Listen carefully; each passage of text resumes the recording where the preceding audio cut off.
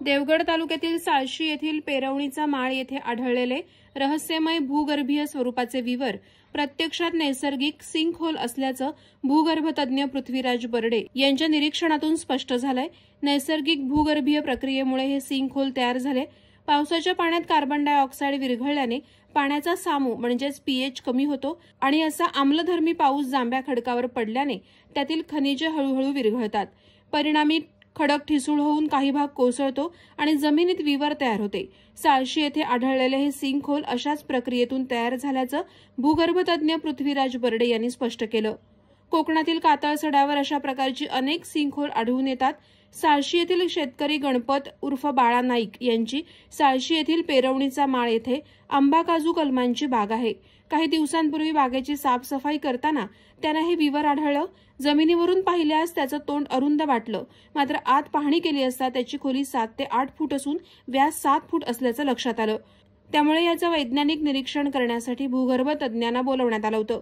त्याप्रमाणे कणकवली विद्यामंदिर महाविद्यालयाचे विज्ञान शिक्षक तथा भूगर्भतज्ञ पृथ्वीराज बर्डे, इतिहास अभ्यासक अमोल शेळके यांनी या ठिकाणी येऊन पाहणी केली आणि त्या सिंकहोलमध्ये उतरून निरीक्षण केलं।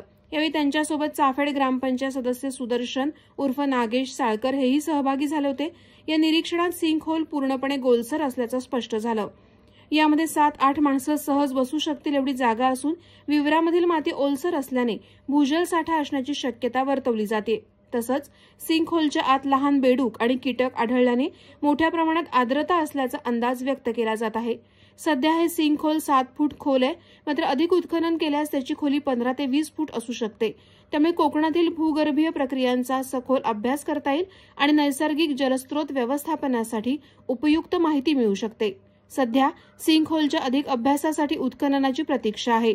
यावेळी जमीन मालक गणपत उर्फ बाळा नाईक, मावळे आम्ही स्वराज्याचे संस्थेचे जिल्हाध्यक्ष अनंत आचरेकर, कणकवली विद्यामंदिरचे विज्ञान शिक्षक तथा भूगर्भतज्ञ पृथ्वीराज बर्डे, इतिहास अभ्यासक अमोल शेळके, साळशी पोलीस पाटील सौ कामिनी नाईक, चाफेडचे माजी सरपंच आकाश राणे, संतोष साळसकर, ग्रामपंचायत सदस्य सुदर्शन उर्फ नागेश साळकर, महेश परब, निलेश नाईक, उमेश नाईक, मनोज नाईक, संदीप वरेकर, प्रदीप नाईक, उदय सावंत, गणेश नाईक आदी उपस्थित होते। हे सिंकहोल केवळ नैसर्गिक घटना नसून भूगर्भातील एक रहस्यमय गुढाचा भविष्यातील संशोधनाद्वारे त्याचा अधिक उलगडा होईल।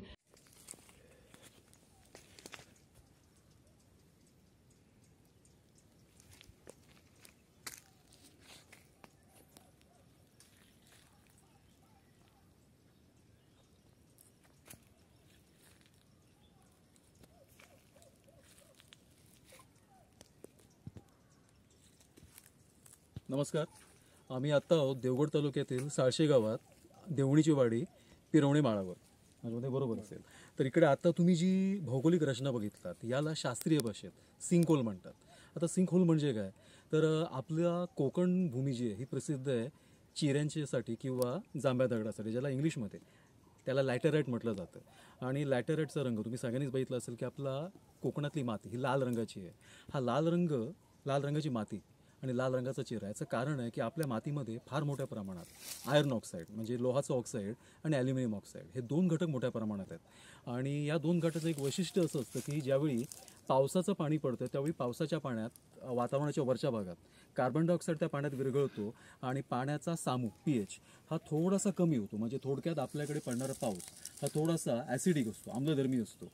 आणि ज्यावेळी आम्लधर्मीय पाऊस या मातीत किंवा चिरांवर पडतो त्यावेळी त्याच्यामध्ये हळूहळू या खडकांच्या विदारणाची क्रिया चालू होते। म्हणजे थोडक्यात ते खडक त्याच्यामध्ये विरघळतात आणि अशी ही क्रिया कित्येक लाख वर्ष चालू राहते आणि तो पूर्ण जो ढाचा असतो हा हळूहळू नाजूक बनत जातो। आणि एक वेळ अशी येते की वरच्या भागाचा भार सहन न झाल्यामुळे तो पूर्ण भाग आतमध्ये कोसळतो, ज्याला शास्त्रीय परिभाषेत मी तुम्हाला मागाशी सांगितल्याप्रमाणे सिंकहोल म्हटलं जातं। तर असाच एक सिंकहोल हा इथे इकडच्या ग्रामस्थांच्या दृष्टीस पडलेला आहे।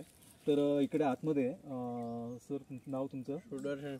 सुदर्शन साळकर हे आतमध्ये इकडे जाणारी पहिली व्यक्ती आहेत की त्याने धारिष्ठाने ते आतमध्ये उतरले आणि त्याने आतमध्ये काय आहे याचा मागोवा घेतला। तर असा सिंकहोल आहे आणि याच्याबद्दल अजून आम्ही तज्ज्ञांचं मत मागवणार आहोत।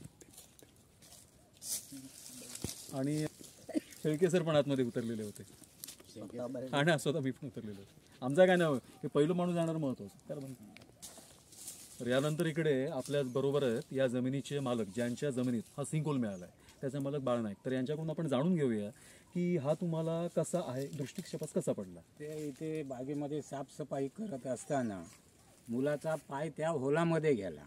बरं, पण एवढी वर्ष हा तुम्हाला नाही, तुमच्याच तो- बागेत आहे, हो, पण तो असा एवढा मोठा होल कधी जाणवलेला नाही. जाणवलेला नव्हता. नाही, बरं, इकडे कधीच गवत नाही. वगैरे होतं का? गवत दरवर्षी आम्ही मशीन मारून साफ तरी करायचो. पण जाणवलेलं नाही नव्हतं. नाही, कधीच नाही मिळालेलं काय. मग याचा एक असा अर्थ निघतो की सुरुवातीला हा जो इकडे सिंकहोल दिसतोय याचा आतमध्ये जे मुख आहे हे कदाचित थोडंसं अजून कमी असतं.